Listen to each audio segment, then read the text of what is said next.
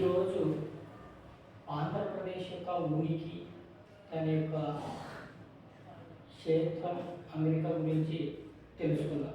ఎందుకంటే ఆంధ్ర గురించి తెలుసుకోవాలంటే ఆంధ్రప్రదేశ్ భౌగోళిక సరిహద్దుల గురించి తెలుసుకోవాలి. ప్రధానంగా ఆంధ్రుల కోసమే ప్రత్యేకంగా ఏర్పడినటువంటి ఆంధ్రప్రదేశ్ మనకు నిన్నటి క్లాస్లో 12 డిగ్రీల 4 సెకండ్ల నుంచి 19 డిగ్రీల 52 సెకండ్ల ఉత్తర అక్షాంశాల మధ్య, 76 డిగ్రీల 50 సెకండ్ల నుంచి 84 డిగ్రీల 50 సెకండ్ల తూర్పు రేఖాంశాల మధ్య విస్తరించి ఉంది అనడం జరిగింది.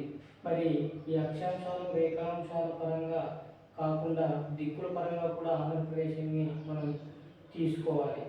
ఎందుకంటే మన భారతదేశంలో ఆగ్నేయ దిక్కులో మనకు మన ఆంధ్రప్రదేశ్ అనేటువంటిది తాళపు చెవి ఆకారంలో ఉండడం అనేటువంటిది జరిగింది. ఇంకా మన ఆంధ్రప్రదేశ్ యొక్క చుట్టుపక్కల ఉన్నటువంటి సరిహద్దులను కూడా మనం నిన్న చర్చించుకోవడం జరిగింది. తూర్పున బంగాళాఖాతం అయితేనేమి, పశ్చిమాన కర్ణాటక, మహారాష్ట్రాలు, ఉత్తరాన మహారాష్ట్ర మరియు ఒరిస్సా ప్రాంతాలు, దక్షిణానికి కర్ణాటక, తమిళనాడు ప్రాంతాలని చెప్పుకోవడం అనేటువంటిది జరిగింది. ఇవన్నీ సరిహద్దులతో ఉన్నప్పటికీ మన ఆంధ్రప్రదేశ్ ప్రజలు అనేక ప్రాంతాలలో ఈనాటికి కూడా తమ జీవన విధానాన్ని కొనసాగిస్తూ ఉన్నారు. మరి ఆంధ్రులు ఒక విధంగా ఒరిస్సా ప్రాంతానికి వెళ్తే బరంపురం, గంజం అనేటువంటి ప్రాంతంలో అత్యధికంగా నివసించడం అనేటువంటిది జరుగుతూ ఉంది. మరి కర్ణాటకకి వెళ్తే బళ్ళారి, కొల్లార్ అనేటువంటి ప్రాంతంలో ఎక్కువగా నివసించడం అనేటువంటిది జరుగుతూ ఉంది. మధ్యప్రదేశ్కి వెళ్తే బస్తర్ అనేటువంటి ప్రాంతంలో ఎక్కువగా నివసించడం అనేటువంటిది జరుగుతూ ఉంది. మరి అదేవిధంగా తమిళనాడుకి వెళ్తే చెంగల్పట్టు అనేటువంటి ప్రాంతము, కోయంబత్తూరు అనేటువంటి ప్రాంతాల్లో వీరి యొక్క నివాసాలను ఏర్పాటు చేసుకోవడం అనేటువంటిది జరిగింది. మరి మనకు ఆంధ్రప్రదేశ్లో ఈనాడు మనం పిలుచుకున్నటువంటి మన ప్రాంతాన్ని అనేక ప్రాచీన వాంగ్మయాలలో దక్షిణ పథంగా కూడా పిలవడం అనేటువంటిది, రచించడం అనేటువంటిది జరిగింది. మరి ఈ దక్షిణ పథం అంటే ఏంటి అనేటువంటిది మనం ముందుగా తెలుసుకోగలిగితే తర్వాత ఆంధ్రుల యొక్క పరిస్థితులు, జీవన విధానాలు, సంస్కృతి, నాగరికత, రాజకీయ పరిస్థితులు, ఆర్థిక పరిస్థితులు, సాంఘిక పరిస్థితులు, వీటన్నిటినీ కూడా మనం రాబోయేటువంటి తరగతుల్లో తెలుసుకోవచ్చు. మరి ఈ దక్షిణ పథం అనేటువంటిది ముందుగా మనం తెలుసుకోవాలి. ఈ దక్షిణ పథం అనేటువంటి దానిని మన ప్రాచీన వాంగ్మయాలలో మన భారత ఉపఖండంలో ఉన్నటువంటి ఒక తూర్పు తీరానికి మరియు దక్కన్ ప్రాంతానికి మధ్య ఉన్నటువంటి ఆగ్నేయ దిక్కులో అమరి ఉన్నటువంటి ప్రాంతాన్నే మనం దక్షిణ పథంగా మన ప్రాచీన వాంగ్మయాలు, పురాణాలు పేర్కొనడం అనేటువంటిది జరిగింది. మరి తూర్పు తీరానికైతేనేమి, దక్కన్ ప్రాంతానికైతే మధ్యలో అయితేనేమి ఈ ప్రాంతం ఉంది అనడం అనేటువంటిది సమంజసమైనటువంటి విషయమా కాదా అనేటువంటిది ఈనాటికి చరిత్రకారుల్లో అనేకమైనటువంటి భిన్నాభిప్రాయాలు వెలువెత్తుతూనే ఉన్నాయి. మరి ఈ దక్షిణ పథానికి ఆంధ్రదేశం దక్షిణ పథంలోనే ఉంది, దక్షిణ పథాన్ని ఆశ్రయించి ఉంది అనేటువంటి ఇది కూడా మనకు కొన్ని పుస్తకాల ద్వారా, పురాణాల ద్వారా మనకు తెలుస్తూ ఉంది. ముఖ్యంగా మనం ఈ భరతుడు రచించినటువంటి నాట్య శాస్త్రాన్ని కనుక తీసుకుంటే దాంట్లో దక్షస్య సముద్రస్య తావిందస్య చాంతలే అనేటువంటి ఒక వాక్యాన్ని మనం చూడగలుగుతాం. అదేవిధంగా మనం కళ్యాణి చాళుక్యుల శాస్త్రం అనేటువంటిది కూడా తీసుకోగలిగితే శేతు నర్మదా మధ్యమం శస్థిత సప్త లక్షణం దక్షిణ పథం అనేటువంటి ఒక వాక్యాన్ని కూడా మనం చూడగలుగుతాం. మరి అదేవిధంగా మనకు మత్స్య పురాణాన్ని కూడా మనం తీసుకోగలిగితే మనకు ఈ దక్షిణ పథానికి మనకు ఉత్తర సరిహద్దుగా ఉన్నటువంటి ప్రాంతము మనకు కలుష దేశంగా అనేటువంటి దానిని తీసుకోవడం అనేటువంటిది జరిగింది. ఈ కలుష దేశం అనేటువంటిది వింధ్యా పర్వతాలకు తూర్పు అంచుల్లో ఉన్నటువంటి ప్రాంతం. మరి అదేవిధంగా మనము జాతక కథలను కూడా తీసుకోగలిగితే ఈ జాతక కథల్లో కూడా మనకు ఉత్తర సరిహద్దుగా అవంతి అనేటువంటి దేశాన్ని తీసుకోవడం అనేటువంటి జరిగింది. ఈ అవంతి అనేటువంటి దేశం కూడా మనకు వింధ్యా పర్వతాలకు పశ్చిమోత్తర భాగాలలో ఉండడం అనేటువంటిది జరిగింది. మరి ఇవన్నీ కూడా గట్టిగా మనకు చెప్పేది ఏంటంటే దక్షిణ పథంలో ఆంధ్రప్రదేశ్ అనేటువంటిది ఒక భాగంగా ఉంది అనేటువంటిది ఈ ఈ పురాణాలు కానీ శాస్త్రాలు కానీ తెలియజేయడం అనేటువంటిది జరిగింది. మరి దక్షిణ పథంలో అంతర్భాగమైనటువంటి ఆంధ్రప్రదేశ్కు అనేకమైనటువంటి వైవిధ్యాలతో భౌగోళిక స్వరూపాలు ఉన్నప్పటికీ అనేక మంది చరిత్రకారులు ఈ యొక్క ఆధారాలను తమ యొక్క భిన్నాభిప్రాయాలను వ్యక్తం చేయడం అనేటువంటిది జరుగుతుంది. అంటే వీటన్నిటికీ కొన్ని విరుద్ధమైనటువంటి అభిప్రాయాలను వెలువరించడం అనేటువంటిది జరిగింది. మరి ఈ దక్షిణ పథాన్ని మనం పర్యాయపదంగా దక్కన్ ప్రాంతంగా కూడా మనం పిలుచుకోవడం అనేటువంటిది జరుగుతుంది. ఈ ఈ ఆధారంగానే మనం దక్షిణ పథంలో ఆంధ్ర ప్రాంతం అనేటువంటిది ఉంది అనేటువంటి దానికి బలమైనటువంటి ఆధారాలుగా మనం చెప్పుకోవడం అనేటువంటిది జరిగింది. ఈ ఆంధ్రదేశము దక్షిణ పథంలోనే ఉంది, పర్యాయపదంగా దక్కన్ ప్రాంతంగా కూడా పిలుచుకుంటున్నటువంటి తరుణంలో మనకు విదేశీయులు కానీ మన యొక్క దేశీయులు కానీ అనేక మంది కూడా దక్కన్ ప్రాంతంలో దక్షిణ పథం ఒక ప్రాంతంగా నిర్వచించి పేర్కొనడం అనేటువంటిది జరిగింది. అదేలాగంటే మనకు మహాభారతాన్ని కనుక తీసుకోగలిగితే మనకు మహాభారతంలో ఉన్నటువంటి కొన్ని పరిస్థితులను మనం కనుక పరిశీలించినట్లయితే మహాభారతంలో సభాపర్వంలో కొన్ని దక్షిణ పథం ద్రావిడ దేశాలు అని పేర్కొనడం అనేటువంటిది జరిగింది. సభాపర్వంలో సహదేవుడు పాండ్యరాజ్యాన్ని జయించి దక్షిణ పథంపై పురోగమించినట్లు సభాపర్వం నిర్వచించడం అనేటువంటిది జరిగింది. అంటే దక్షిణ పథం వేరుగా ద్రావిడ దేశాలు వేరుగా మహాభారతంలో రచించడం అనేటువంటిది జరిగింది. మరి ఇవన్నీ కూడా ద్రావిడ దేశాలు కూడా దక్షిణ పథంలోనేనా లేకుంటే దక్షిణ పథం ఒకటి ద్రావిడ దేశాలు వేరు అనేటువంటి భిన్నాభిప్రాయాలు తెలియజేస్తూ ఉన్నాయి. మరి ఇంకొకటి కూడా మనం పరిశీలించినట్లయితే మనకు గ్రీకు నావికుడు అజ్ఞాత రచయితగా ఉన్నటువంటి గ్రీకు నావికుడు రచించినటువంటి ఒక పుస్తకాన్ని కనుక మనం తీసుకుంటే ద పెరిప్లస్ ఆఫ్ ద ఎరిట్రియన్సీ అనేటువంటి పుస్తకంలో కూడా మనకు ఆనాటికే 1వ శతాబ్దంలోనే వాణిజ్య కేంద్రాలుగా ఉన్నటువంటి మన ఆంధ్రప్రదేశ్ అయితేనేమి, ఇప్పుడు పిలుచుకుంటున్నటువంటి తమిళనాడు అయితేనేమి, కర్ణాటక అయితేనేమి, ఇప్పుడున్నటువంటి కేరళ అయితేనేమి, ఈ దేశాలన్నిటితో వాణిజ్యం జరుగుతున్నప్పటికీ కూడా ఇలాంటి విదేశీ రచనలలో కూడా మనకు ఈ దక్షిణ పథం వేరుగా ద్రావిడ దేశాలు వేరుగా రచించడం అనేటువంటిది జరిగింది. అంటే అప్పుడు మనం దక్షిణ పదాన్ని మా గ్రీకు నావికులు దక్షిణ ప్రదేశ్గా రచించడం అనేటువంటిది జరిగింది. దక్షిణ ప్రదేశం అంటే దక్షిణ పదం అని, దమనికలు అంటే ద్రావిడులు అనేటువంటి పదజాలంతో ఆయన రచించడం అనేటువంటిది జరిగింది. మరి ఇటువంటి వైవిధ్యంతో కూడుకున్నప్పటికీ కొన్ని ప్రాచీన తమిళ సాహిత్యాలు కూడా దమనికలు అనేటువంటి పదాన్ని ప్రత్యేకంగా రచించుకోవడం అనేటువంటిది జరిగింది. మరి ఇప్పటికీ కూడా మనం తమిళనాడు ప్రాంత ప్రజల యొక్క వ్యవహార శైలిని మనం గమనించినట్లయితే వారి యొక్క భిన్న ఆచారాలు కానీ, వారి యొక్క అలవాట్లు కానీ, వారి యొక్క సంస్కృతి సాంప్రదాయాలన్నీ కూడా దక్షిణ భారతదేశంలో ఒక ప్రత్యేకమైనటువంటి స్థానాన్ని ఏర్పరచుకున్నాయి. అప్పటికి 1వ శతాబ్దంలో కూడా వీరు ప్రత్యేకంగానే తమ అస్తిత్వాన్ని నిలుపుకోగలిగినారు. మరి ఇవన్నిటిని మనం పరిశీలించుకుంటూ వెళ్తూ ఉంటే అప్పుడు మనకు మహారాష్ట్ర అనేటువంటిది మాత్రమే దక్షిణ పదం అనేటువంటి అభిప్రాయం మరికొంతమంది చరిత్రకారులు వెలిపించడం అనేటువంటిది జరిగింది.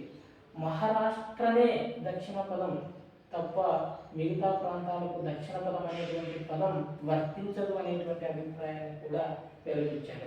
మరి దక్షిణ పదము అంటే దక్షిణ దిక్కుకు దారి అనేటువంటి వాక్యార్థంలో ఉపయోగించాలే తప్ప ఒక్క మహారాష్ట్రకి పరిమితమైనటువంటిది కాదు. ఎందుకంటే ఉత్తర పదం నుంచి దక్షిణ పదానికి రావాలి అంటే మహారాష్ట్ర గుండా ప్రయాణించేటువంటి వారనేటువంటిది అది బహుజన ఆమోదమైనటువంటి మార్గంగా ఉంది తప్ప ఎక్కడా కూడా మహారాష్ట్రకు దక్షిణ పదమైనటువంటి పదాన్ని ఆపాదించడం అవాస్తవం అనేటువంటిది మరికొంతమంది చరిత్రకారుల యొక్క అభిప్రాయం. మరి అయితే ఇన్ని విభిన్నమైనటువంటి ఆలోచనలతో మనం దక్షిణ పదాన్ని గుర్తించుకోగలగాలి అంటే మరికొంత అవగాహనతో కూడుకున్నటువంటి దానిని మనం తెలుసుకోవాలి. మరి దక్షిణ దిక్కుకు దారి అనేటువంటి దానిని ఆ కోణంలోని దక్షిణ పదాన్ని వాడారు అనేటువంటి సందర్భంతో మహారాష్ట్రవాదాన్ని పూర్తిగా నిర్వివాదమైనటువంటి అంశంగా చరిత్రకారులు కొట్టివేయడం అనేటువంటిది జరిగింది. మరి భరతుడు కూడా తన నాట్యశాస్త్రంలో దక్షిణ పదము, ద్రావిడ దేశాలు, ఆంధ్రదేశం అనేటువంటి 3 పదాలను వేరు ప్రాంతాలుగానే ఉపయోగించినటువంటి మాట వాస్తవమే. అయినప్పటికీ కూడా పై యొక్క సిద్ధాంతాలు కానీ అభిప్రాయాలు కానీ కొన్నిటికి ప్రాచీన వాంగ్మయాలకైతేనేమి, పురాణాలకైతేనేమి, శాస్త్రాలకైతేనేమి భిన్నంగా ఉండడం వల్ల వీటిని మనం పరిగణలోకి తీసుకోలేకపోవడం అనేటువంటిది జరుగుతూ ఉంది. ఈ దక్షిణ పదంలో ఆంధ్రులు అనేటువంటి వారు భాగమా కాదా అనేటువంటి మన యొక్క సమీక్షలో మనం మత్స్య పురాణాన్ని కనుక పరిగణలోకి తీసుకోగలిగితే మనకు అక్కడ ఒక 2 వాక్యాలు కనిపించడం అనేటువంటిది జరుగుతుంది. అవి ఏంటంటే ఆంధ్ర శక పులిందాక్ష మూలిక యవనస్థత తేషం పరిజనపద దక్షిణపద వాసి అనేటువంటిది ఈ 2 వాక్యాలు మత్స్య పురాణంలో కనిపిస్తుంది. ఈ మత్స్య పురాణం కూడా దక్షిణ పదంలో ఆంధ్రులు భాగస్వాములే అనేటువంటి దానిని స్పష్టంగా తెలియజేయడం అనేటువంటిది జరిగింది. ఈ ఆంధ్ర శక పులిందాక్ష మూలిక యవనస్థత తేషం పరిజనపద దక్షిణపద వాసిన్ అనేటువంటి ఈ 2 వాక్యాలను ఆధారంగా చేసుకొని మనం మహారాష్ట్రవాదాన్ని పూర్తిగా కూడా అసమంజసమైనటువంటి దానిగా మనం చేయవచ్చు. ఎందుకు మహారాష్ట్రవాదము అని అంటున్నామంటే దక్షిణ పదం ఒక్క మహారాష్ట్రకే పరిమితం అవ్వలేదు అనేటువంటి దానికి మనకు ఇంకొన్ని చారిత్రక అంశాలు తోడయ్యాయి.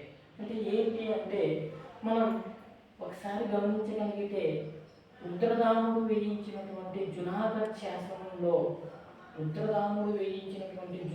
శాసనంలో మనకు శివశ్రీ శాతకర్ణిని దక్షిణ పథపతిగా ఆయన అభివర్ణించడం అనేటువంటిది జరిగింది.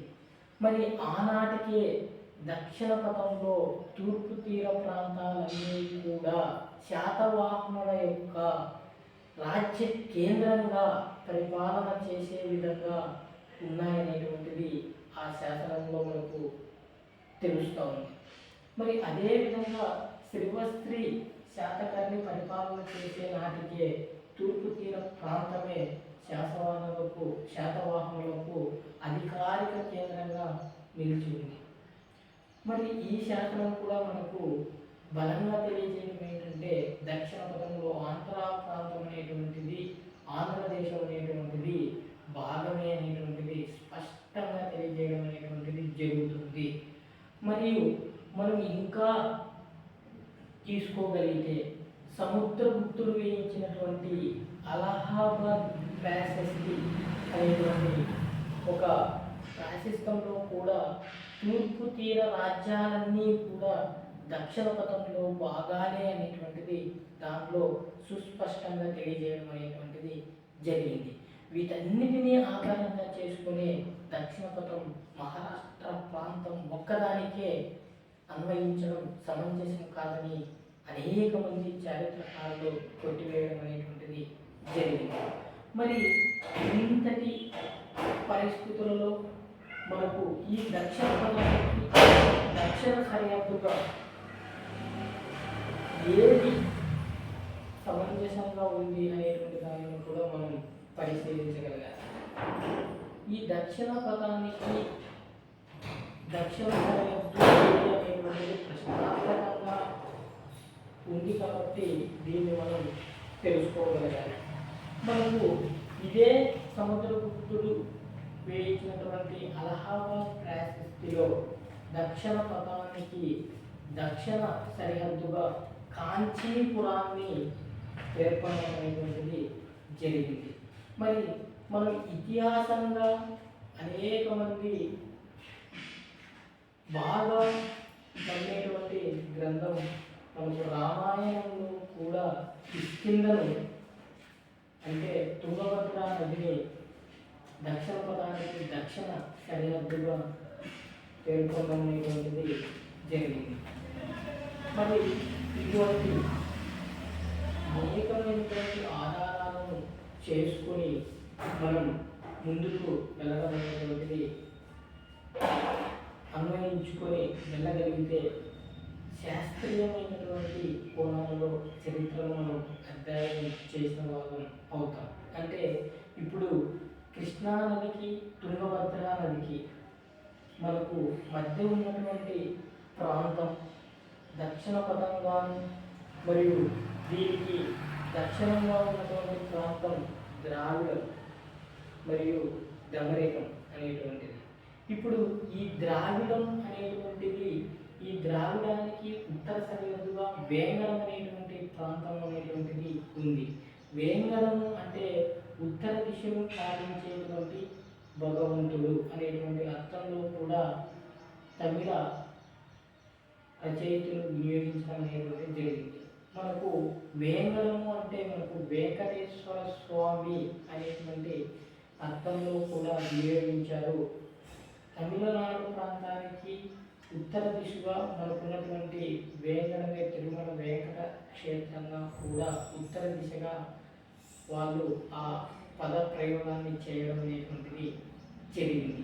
వీటన్నిటినీ మనం ఉత్తర సరిహద్దులు దక్షిణ సరిహద్దులు అన్నిటినీ మనం విశ్లేషించుకున్న తర్వాత దక్షిణ పదము అంటే వింధ్యా ప్రాంతానికి వింధ్యా పర్వతాలకు మరియు కన్యాకుమారికి మధ్య ఉన్నటువంటి ప్రాంతాన్నే మనం దక్షిణ పథంగా తీసుకోవాలని చరిత్రకారులందరూ కూడా ఆమోదయోగ్యమైనటువంటి నిర్ణయాన్ని చేయడం జరిగింది. కాబట్టి ఇక్కడ మనకు ఆమోదం జరిగినవి కొంతవరకు విశ్లేషించుకున్నాము, ఆమోదం కాని అంశాలు కొంతవరకు విశ్లేషించుకున్నాము. కాబట్టి ఇలాంటి విశ్లేషణాత్మకతతో మనం చరిత్రను విశ్లేషిస్తూ సమగ్రంగా మనం తెలుసుకోగలిగితే అనేక సంవత్సరాల పాటు మనం మన యొక్క మేధస్సులో ఆ చరిత్రకు సంబంధించిన ఆనవాళ్ళను గుర్తించుకోగలుగుతాం. కాబట్టి ఇందులో ఏమైనా మీకు కూడా సందేహాలు ఏమైనా ఉంటే మీరు కామెంట్లో పెట్టండి. ఖచ్చితంగా నేను నాకు తోచిన విధంగా మీకు తెలియజేయడానికి ప్రయత్నం చేస్తాను. కాబట్టి దక్షిణ పదం అనేటువంటిది మనకు వింధ్యా పర్వతాలకు కన్యాకుమారికి మధ్య ఉన్నటువంటి ప్రాంతమే. ఆ దక్షిణ పథంలోనే మన ఆంధ్రదేశము ఆంధ్రప్రదేశ్ అనేటువంటివన్నీ కూడా ఉన్నాయి అనేటువంటిది స్పష్టంగా తెలుసుకోండి. మరి మరొక క్లాస్లో